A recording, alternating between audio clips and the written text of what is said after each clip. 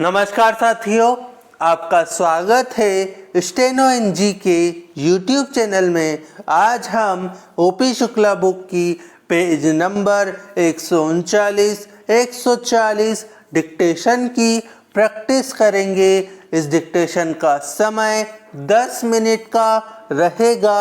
इसकी गति पहले 80 शब्द प्रति मिनट, उसके बाद 100 शब्द प्रति मिनट की रहेगी। अब हम डिक्टेशन स्टार्ट करेंगे। 1, 2, 3 स्टार्ट। सभापति महोदय, मुझे खेद है कि सदन के सामने जो बिल लाया गया है, मैं उसका समर्थन नहीं कर सकता। सभी जानते हैं कि जहां तक भ्रष्टाचार दूर करने का प्रश्न है, अभी तक उसमें विशेष सफलता नहीं मिली है। इसलिए यह मांग की जाती रही है कि ऐसे कदम उठाए जाए जिनसे हर प्रकार के भ्रष्टाचार को समाप्त किया जा सके। यही कारण है कि माननीय सदस्य ने यह बिल सदन के सामने रखा है।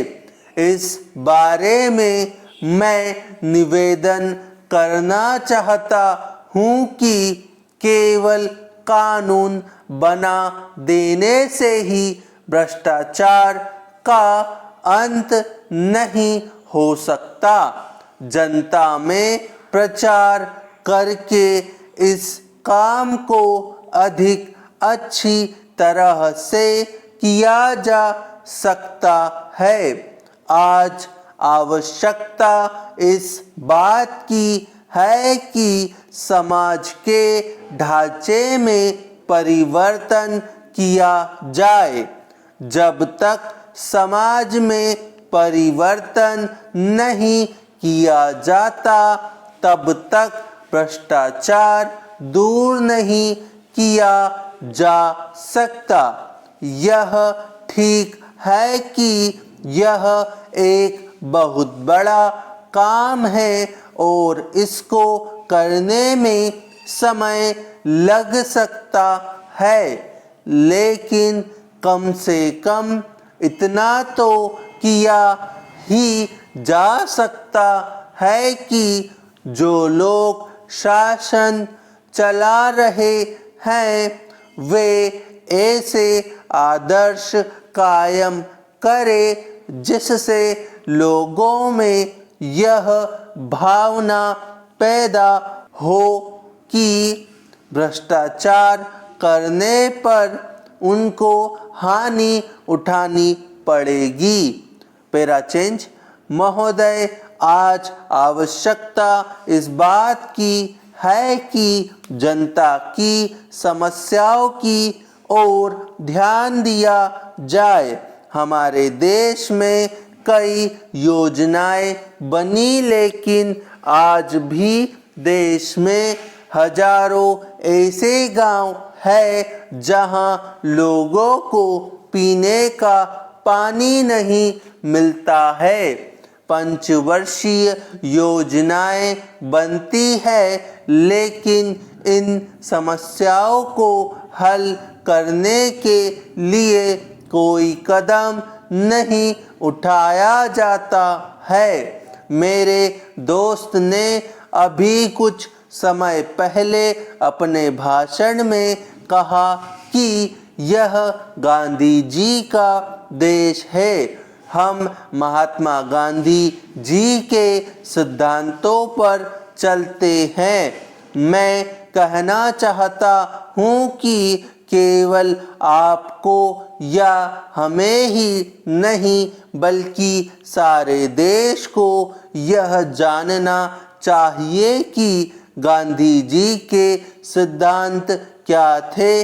गांधी जी चाहते थे कि इस देश में प्रत्येक आदमी यह महसूस करे कि यह देश मेरा है, मैं इस देश के लिए हूँ।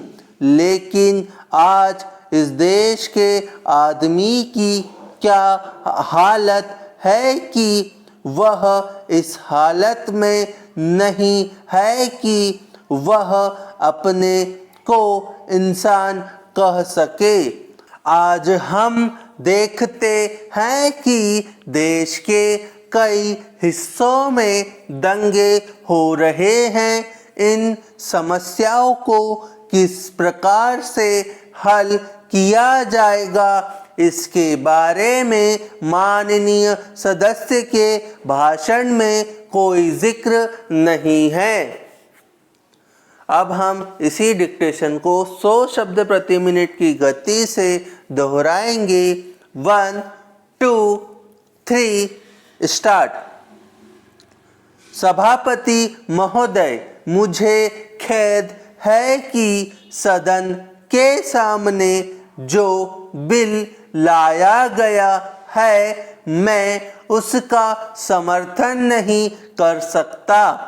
सभी जानते हैं कि जहां तक भ्रष्टाचार दूर करने का प्रश्न है, अभी तक उसमें विशेष सफलता नहीं मिली है।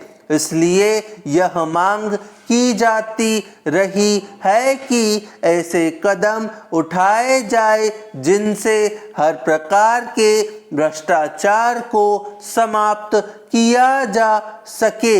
यही कारण है कि माननीय सदस्य ने यह बिल सदन के सामने रखा है। इस बारे में मैं यह निवेदन करना चाहता हूँ कि केवल कानून बना देने से ही भ्रष्टाचार का अंत नहीं हो सकता। जनता में प्रचार करके इस काम को अधिक अच्छी तरह से किया जा सकता है। आज आवश्यकता इस बात की है कि समाज के ढांचे में परिवर्तन किया जाए। जब तक समाज में परिवर्तन नहीं किया जाता तब तक भ्रष्टाचार दूर नहीं किया जा सकता। यह ठीक है कि यह एक बहुत बड़ा काम है और इसको करने में समय लग सकता है, लेकिन कम से कम इतना तो किया ही जा सकता है कि जो लोग शासन चला रहे हैं वे ऐसे आदर्श कायम करें जिससे लोगों में यह भावना पैदा हो कि भ्रष्टाचार करने पर उनको हानि उठानी पड़ेगी।